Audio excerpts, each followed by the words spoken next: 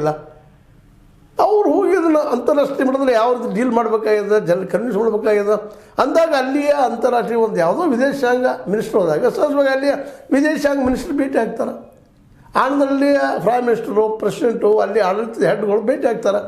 ಈ ಒಂದು ಡೆಲಿಗೇಟ್ಸ್ಗೆ ಅವ್ರು ಹೇಗೆ ಭೇಟಿ ಆಗ್ತಾರೆ? ಇಲ್ಲಿವ್ರಿಗೆ ಏನು ಸಾಧನೆ ಆಯಿತು, ಎಷ್ಟು ದಿವಸ ಆಯ್ತು ಕಳಿಸಿ, ಏನು ಬಂತು ಇಲ್ಲಿವ್ರ ರಿಸಲ್ಟ?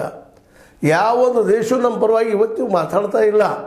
ಹೌದು ನಿಮ್ಗೆ ಸರಿ ಅದ ಭಯೋತ್ಪಾದನೆ ನೋಡೋ ತಪ್ಪು ಅಂತ ಹೇಳ್ತಾ ಇಲ್ಲ. ಭಯೋತ್ಪಾದನೆ ಖಂಡಿಸ್ತಾರೆ, ಅದು ಪಾಕಿಸ್ತಾನ ಖಂಡಿಸ್ತಾ ಇಲ್ಲ. ಇದು ಕಾರಣ ಏನು? ಸ್ವತಃ ಪಾಕಿಸ್ತಾನ ಪ್ರಧಾನಿ ನಮ್ಮ ಜೊತೆಗಾರರನ್ನ ವಿದೇಶಾಂಗ ಮಿನಿಸ್ಟರ್ಗಳು ಎಲ್ಲರೂ ಕರ್ಕೊಂಡು ಹೋಗ್ತಾ ಇದ್ದಾರೆ ಅವರು. ಅದರಲ್ಲಿ ಜಗದಲ್ಲಿ ಮುಸ್ಲಿಂ ಕಂಟ್ರಿಗಳು ಸಾಕಷ್ಟು ಇದ್ದಾವೆ. ಮತ್ತು ಇನ್ನೊಂದು ಈಗಾಗಲೇ ನಮ್ಮ ಈ ಒಂದು ವಿಡಿಯೋದಲ್ಲೇ ಈ ಹಿಂದಿನ ವಿಡಿಯೋಗಳಲ್ಲಿ ಮಾಡಿದ್ವಿ ನಾವು. ಈ ದೇಶದ ಅತಿ ಹಿಂದುತ್ವವಾದರೂ ನಮ್ಮನ್ನು ಈ ಮುಸ್ಲಿಂ ಮತ್ತು ಕ್ರಿಶ್ಚಿಯನ್ ಕಮ್ಯುನಿಟಿಯ ದೇಶಗಳಿಂದ ದೂರ ಮಾಡ್ಯದ ಅಂತೇಳಿ ಭಾಳಷ್ಟು ಅಭಿಪ್ರಾಯ ಕೇಳಿ ಬರ್ತಾ ಇದ್ದಾವೆ.